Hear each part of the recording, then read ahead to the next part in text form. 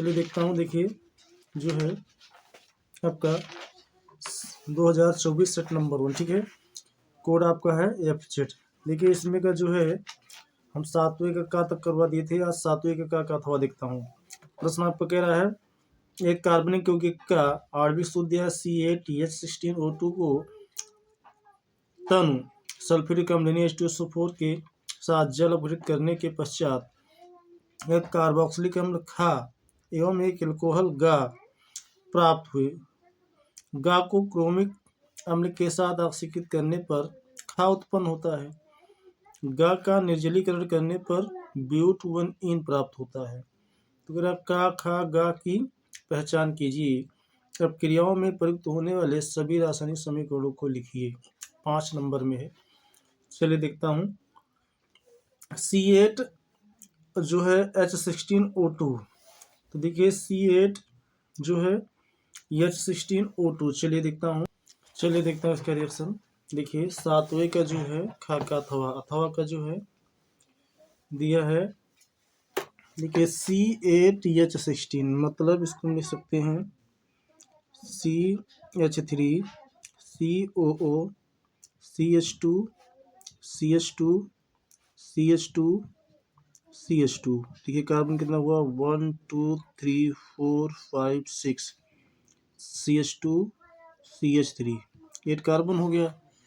और कह रहा है ऑक्सीजन देखिए 2 था, 2 है 3 to 5 5 to 7 7 to 9 9 to 11 11 to 13 13 3 16।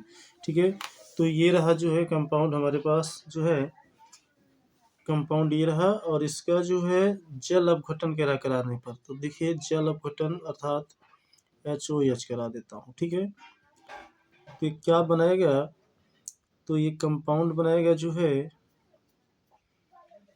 यहाँ पे लिख देता हूँ मैं CH3COO एक H यहाँ मिला दो फिर, तो ये बना लेगा। देखिए यहाँ पे लिख देता हूँ मैं, ये बनाएगा CH3COOH प्लस का, यहाँ से एक H यहाँ मिल गया।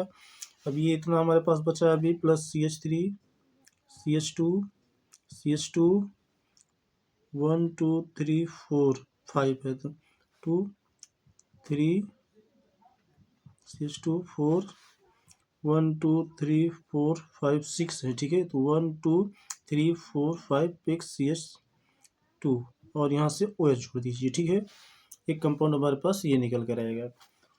अब जो है इसी में और कह रहा है कि तन सल्फ्यूरिक अम्ल के साथ जल एक कार्बोक्सिलिक अम्ल खा आता है, तो कार्बोक्सिलिक अम्ल आपका ये रहा।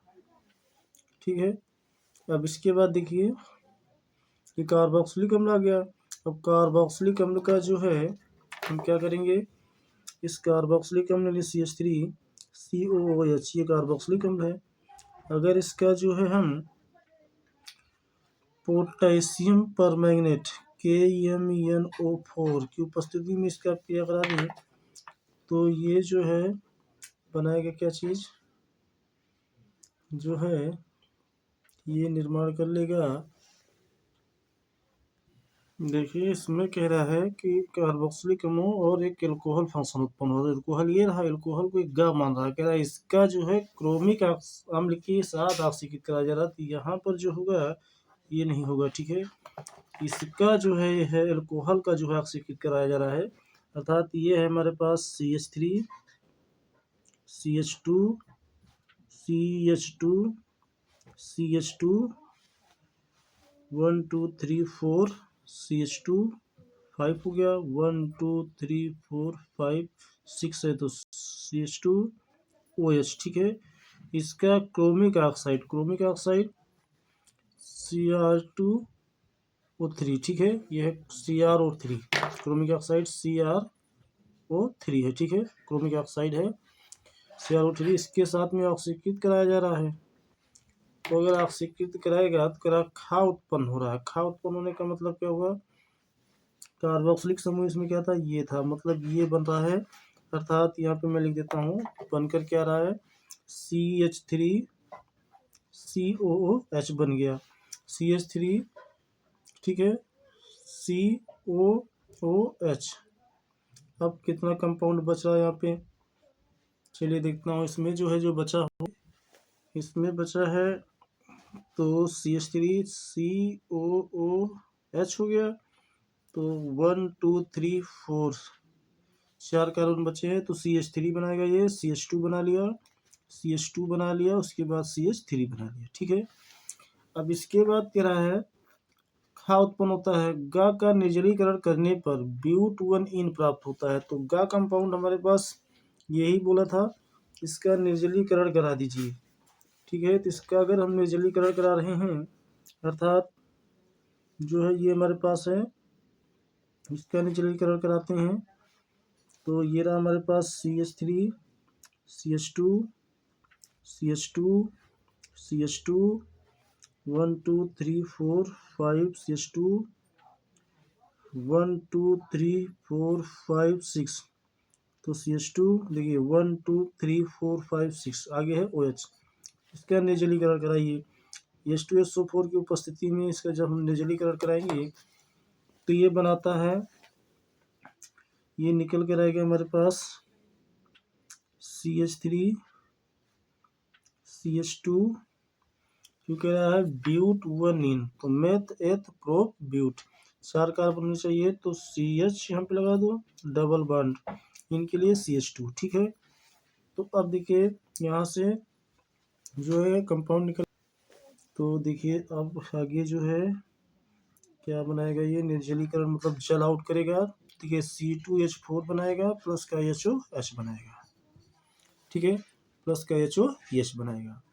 अब इसमें कह रहा का खा गा कंपाउंड को लिखे, तो देखिए का कंपाउंड आपका ये रहा, ये क्या है, का नंबर कंपाउंड है। ठीक है, और खा नंबर कंपाउंड आपका क्या है, खा नंबर कंपाउंड आपका ये रहा। ठीक है, एस्टिक एसिड, इसे हम कहेंगे खा नंबर। ठीक है, ये खा नंबर है। गा ये है एल्कोहल था, और उसके बाद क्या रहा है जो है गा नंबर कंपाउंड हमसे पूछा है, तो गा नंबर कंपाउंड आपका ये रहा, ये रहा आपका गा नंबर कंपाउंड। ठीक है, तो इस प्रकार से आपका कंप्लीट होता है जो है। ठीक है, इसके बाद देखिए इसी में का कह रहा है कि इसी का सात्विक निम्नलिखित युग्मकों के युगलों में विभेद के लिए रासायनिक समीकरण सहित एक रासायनिक परीक्षण लिखिए। चलिए इसको देखते हैं, चलिए इसको नेक्स्ट दे देखते हैं। Thank you.